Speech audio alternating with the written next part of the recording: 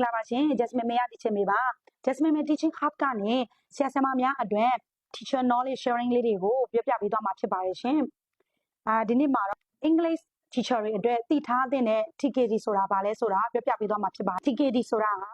Teaching Knowledge ထဲရဲ့အတူကောက်ဖြစ်ပြီးတော့မှ English Language Teaching နဲ့ပတ်သက်တဲ့ Teacher တွေရဲ့ knowledge ကိုစစ်ဆေးပေးတဲ့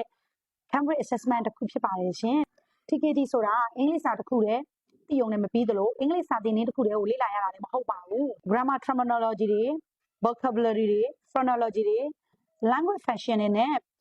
teaching and learning concept စတာတွေကိုနားလည်ထားဖို့အတွက်လိုအပ်ပါတယ်။ TKD ကိုစတင်လေ့လာခြင်းပဲဘယ်ကနေစပြီးတော့လေ့လာရမလဲမသိတဲ့ teacher တွေနေနဲ့ TKD ဆိုတာဘာလဲဘာတွေကိုလေ့လာရတာလဲအဲ့ဒါတွေအပြင်အခြေခံ terminology တွေကိုလေ့လာရမှာပဲဖြစ်ပါတယ်။နောက်ဗီဒီယိုတွေမှာ TKD နဲ့ပတ်သက်တဲ့အခြေခံ knowledge တွေကို sharing လုပ်ပေးသွားမှာဖြစ်တဲ့အတွက်ကြောင့် Jasmine မေ Teaching Hub ကို follow လုပ်ထားဖို့မမေ့နဲ့နော်